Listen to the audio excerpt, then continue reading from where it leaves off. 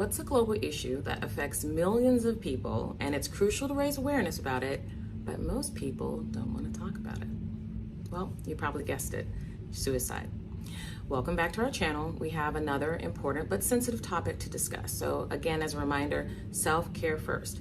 If I'm sharing information and it is upsetting to you or causes a very visceral reaction, your body has a reaction.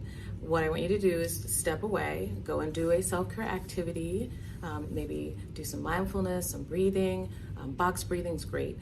We're going to teach more about that, but do something that's going to help you relax, and when you are ready, you can come on back. We're not going anywhere. You can always press the pause and play button anytime you want.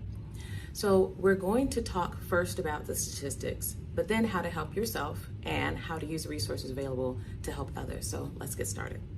Before we dive into resources, let's take a look at some key statistics to understand the magnitude of the problem. Again, remember, these numbers are subject to change and can vary across countries and regions. And again, because it's a sensitive topic, we don't always know exactly how many people have succumbed to suicide. Now, according to the World Health Organization, though, over 700,000 people die by suicide each year, making it a leading cause of death worldwide. In many countries, suicide rates are higher among males and females, but it's important to note that anyone can be at risk. Here in the United States, we have providers that are actually studying these statistics, and this is the work that they do day in and day out. And many of them will tell you that the rubric that we use for risk is something that was developed in the late 1800s and the early 1900s, and it depicted a typical white, older, single male. More people commit suicide than white, older, single males. So again, anyone can be at risk. Mental health conditions such as depression, anxiety disorders, and substance abuse are often associated with suicide, and those things don't notice a race or a geographic boundary.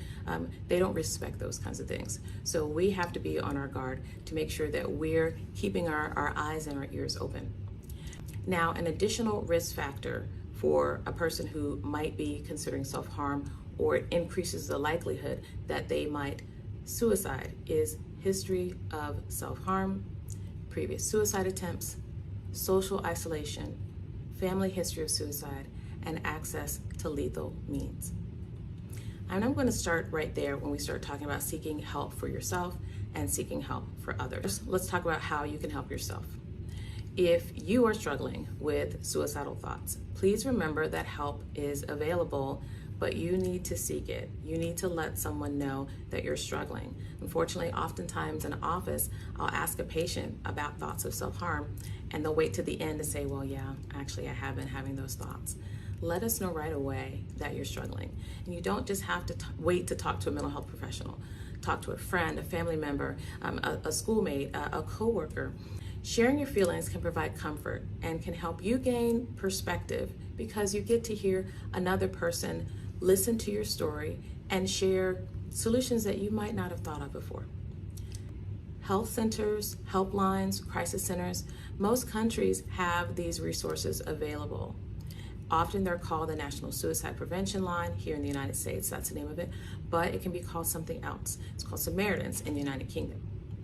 If you consult a mental health professional through a crisis line or through even a text line, know that they're going to give you some additional resources, but you really do need to take the steps to implement the next step. If they give you information on how to contact a mental health provider, the next day, please call that provider, right?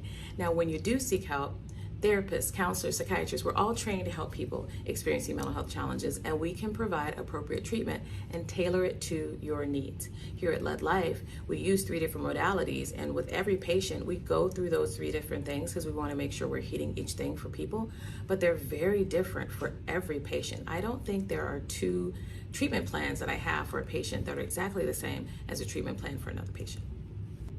Now, how do you provide help to others? Again, remember that I said when a patient is sometimes sitting with me in a session, they might wait until the end to share that they're having thoughts. But first, remember what I said. I had to ask. Sometimes even therapists are reluctant to ask the question because there's still that taboo floating around that if we ask, it's going to put that thought in the person's head. If we ask and the person says yes, guess what? It was already there. The thought was already there. So first of all, listen non-judgmentally, create a safe and supportive environment for people to be able to share their concerns. Be patient and avoid kind of poo-pooing the information that they're sharing with you. Don't dismiss their experience, right? Their story is valuable and it's important. And again, we want you to be able to help your loved one and not kind of brush things under the rug. Encourage professional help. Suggest that they reach out to mental health professionals who can provide proper assessment and treatment.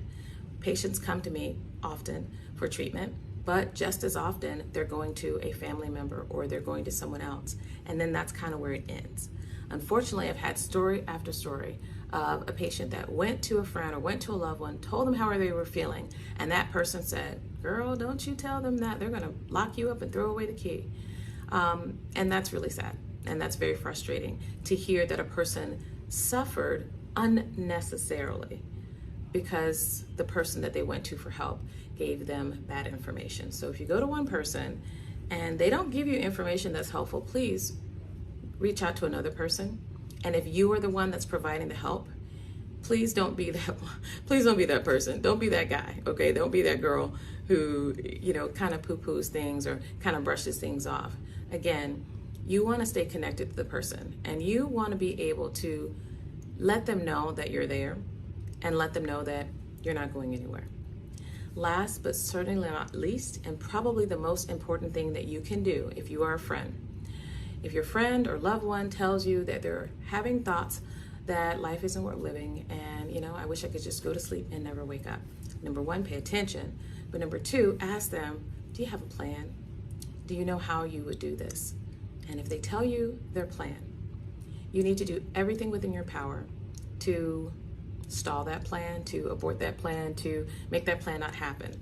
If they have lethal means in the home, remove them. If they tell you that they're thinking about doing something and there's a very specific plan and it can be interrupted, do whatever you need to do, and you can always call in reinforcement. You can always bring another friend or bring another family member in so that you can do what you need to do to keep that person safe. So today was another very difficult topic, I know, and this is rounding out our series on suicide and suicide prevention. That's the main reason we're talking right now, is because we want to raise awareness, but we also want to prevent a bad outcome, right? And you can be instrumental in that, whether you're having difficulties and you're worried about seeking help, or if you know someone has had some behavior concerns or you've got some concerns and they've shared certain things, you can always be that lifeline that they need. I want you to have a very blessed day on purpose, and we will see you next time.